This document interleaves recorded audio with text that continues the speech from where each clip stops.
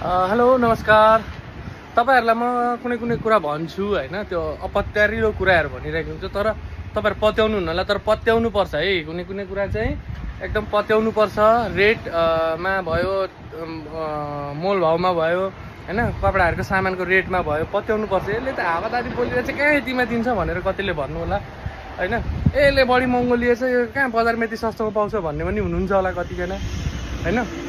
त्यो आफ्नो के अरे सोचाइ हुन्छ, आफ्नो विचार जसले पनि राख्नु पाइहाल्छ हैन, भन्नु पनि पाइन्छ, कमेन्टमा कमेन्ट पनि गर्नु पाइन्छ, गर्नु पाइँदैन हैन। जसलाई आफ्नो विचार कमेन्टमा राख्नु पाइन्छ त्यो राखौ भनेर त्यो कसैले चाहिँ उमाथि प्रहार गर्ने हैन, राख्नु पाइन्छ। त्यही भएर चाहिँ तपाईँ नपत्याउने कुराहरूलाई के अरे यसले पत्याउने कुरै गरेन भन्नुहुन्छ भनेर मैले फेरि यो भिडियो बनाएको छु। अब 250 मा तपाईहरुलाई म हाफ पेन्ट दिँदैछु है, स्पोर्ट्स हाफ पेन्ट हेर्नुहोस्।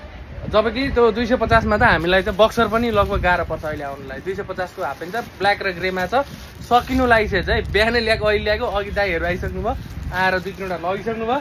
अझै मसँग धेरै त छैन, म थोरै ल्याउँछु, थोरै क्वान्टिटीमा ल्याउँछु।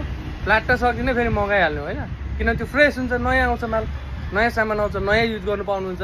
स्टक राखेर त पुरानो त दिने कुरा भएन, पैसा हालिसकेपछि 250 पनि पैसा हो, त्यो पनि इम्पोर्टेन्ट चिज हो। 250 कमाउनुलाई पनि धेरै पसिना बगाउनुपर्छ। त्यही भएर तपाईहरु आउनुहोस्, फ्रेस सामान लानुहुन्छ भने चाहिँ सिटी वेस्टलाई सम्झिनु होला। थोरै आउँछ, छिटै सकिन्छ।